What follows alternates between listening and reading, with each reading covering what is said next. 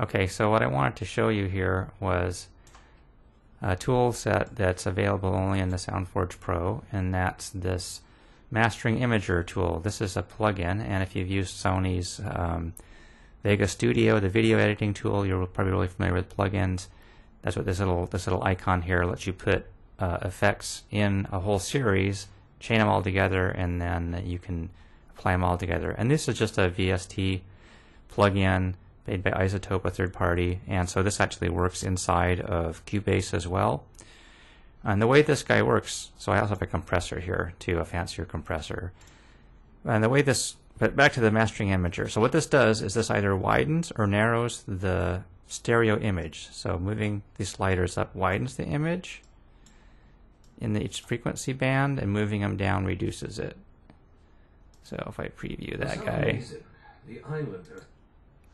and you probably can't hear that because I'm playing this back through a microphone. That was extra wide, and this is going to be more mono-y. For some reason, the Islanders took pity on me. And see how those volumes came out to be about the same over there in that volume? That's because this got pushed all the way back to mono. So when you're mastering to output to Audible, Audible is not very stereo happy, and so what you're going to do is you're going to reduce the width of that stereo image. What that's also going to do is it's going to allow the MP3 coding to be more efficient, and you're going to get more basic quality because, again, as I said, you don't have the joint stereo or mid-side stereo capability for Audible. For iTunes, also, typically, just even for music, people reduce the stereo image a little bit because they want to maintain a sort of an average quality, medium quality for the lower bitrate settings. But for CDs, you can use the full bandwidth that's available in your image. You can be creative and make the image what you think is appropriate. And so if we're doing binaural, we don't want to mess with this at all. And binaural, we want exactly dead on what's in the recording.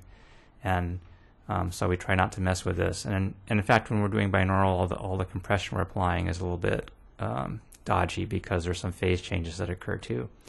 So again, for the CD mastering, I'm going to leave this alone. For Audible, I'm going to have a narrower width. I'm going to shrink this down. And for the MP3 products, the iTunes type music, if I'm exporting to iTunes Music, or CD Baby MP3, I'm going to have a slightly narrower image.